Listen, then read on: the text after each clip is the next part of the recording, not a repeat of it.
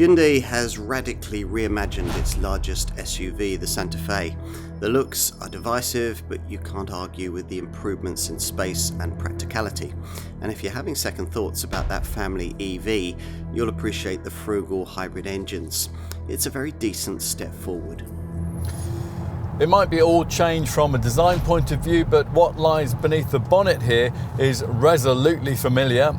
There's no EV powertrain, nor, unlike with this car's close cousin, the Kia Sorento, is there a diesel option. Instead, as with final versions of the previous generation model, you choose between a couple of four-cylinder, 1.6 litre TGDI SmartStream hybrid petrol engines. One of them's a plug-in, which is the one we have here actually. Also carried over from the previous model is the mandatory 6-speed automatic gearbox.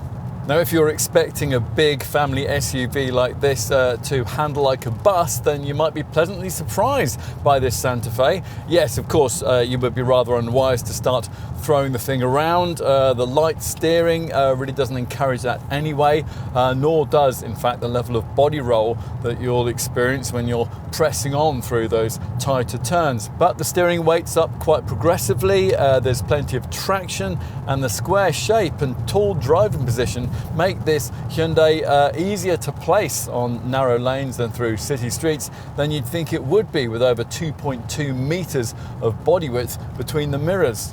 Unlike with the Sorento, there's a two-wheel drive option for the core powertrain that most customers choose. That's the 215 PS self-charging HEV hybrid. The base variant makes 0 to 62 in 9.6 seconds. That's 0.2 of a second quicker than the all-wheel drive version, en route to a 112 miles an hour top speed that all Santa Fe's share. In HEV form, the car always tries to set off using its electric motor, but because that motor is energized by a battery just 1.49 kilowatts in size, and it has to tug along 1.9 tons of SUV, silent running of that sort lasts hardly any time at all. Obviously, this PHEV version serves you much better in that regard, although nothing like as well as its rivals, because unlike with much more recently introduced plug-in hybrid competitors, Hyundai, rather disappointingly, hasn't taken the opportunity to increase the size of the drive system's battery. Not many PHEVs these days, except this model's near identically engineered Sorento cousin, still retain a battery just 13.8 kilowatt hours in size, and that really hurts this Hyundai when it comes to EV range. It's AER rated at just 33.6 miles. The PHEV comes with mandatory four-wheel drive and gets a power hike over the hybrid to 253 PS to compensate for the extra weight, although because the 265 Nm torque figure remains the same as the HEV, there's no real performance benefit. Rest to 62 miles an hour takes 9.3 seconds. With both powertrains, brake regen paddles are provided behind the steering wheel, although the stronger settings really aren't that strong. And there is a fascia button to switch between EV and HEV drive for when the battery will stand it, although there's no option to save EV range until later in the trip. Hyundai's chief designer, Sang-Yup Lee, clearly wanted a complete departure from the previous generation model. That had a conservative visual vibe that the brand has now completely abandoned.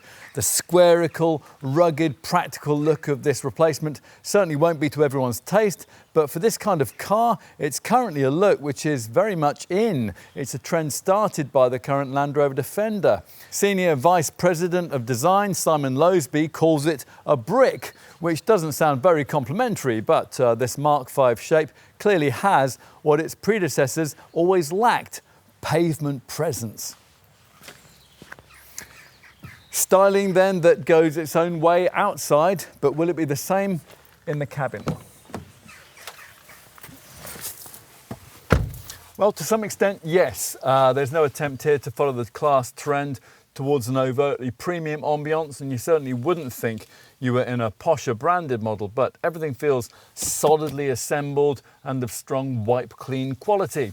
There's even more of a horizontal vibe with this dash design, emphasised by ambient lighting strips that frame the bottom and sides of the central fascia panel. As usual with Hyundais these days, a pair of gently curved, joined up 12.3-inch screens dominate the dash, and that suggests a level of media tech that the driver's supervision instrument cluster really doesn't deliver on. There are no fancy layout options, nor can you bring full screen mapping into your line of sight. On the plus side, the two circular dial spaces, MPH on the left and a power meter on the right, incorporate the brand's clever blind spot monitoring system, becoming little side flank screens when you indicate. Everything else you might need to know is, of course, on this central touchscreen nav system monitor, which, as usual with Hyundai Motor Group cars, has a home screen which displays either with customizable widget sections. Here we have navigation, audio and the PHEV section, or if you swipe left, with rows of little icons. What else? Well, you sit commandingly and predictably. The boxy, glassy shape gives you great all-round visibility. So let's take a look in the second row. Here in the centre of the car, it's certainly spacious. Legroom this time around is improved by 35 millimetres. As before, this bench slides and reclines by up to 10 degrees. It can accommodate 3 adults thanks to this low-set centre tunnel, above which is a deep pull-out drawer. One of quite a few unusual touches back here, actually. To access the rearmost part of the car, you press on this button on the second row seat shoulder. That slides it forward out of the way. As usual with a car in this segment, though, there is quite a climb up.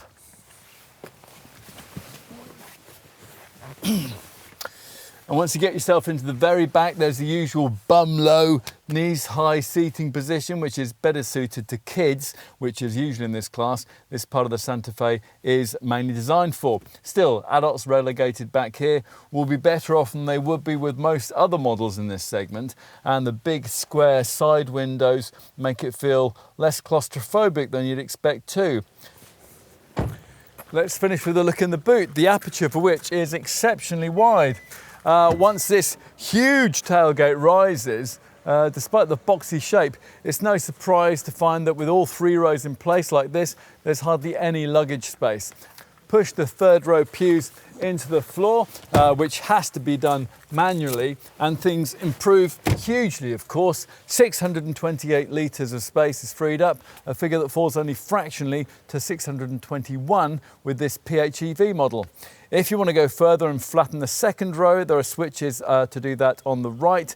Although they only flatten the seats, they can't then raise them up again. With everything retracted, there's up to 1,949 litres of space with the hybrid, or up to 1,942 with this PHEV.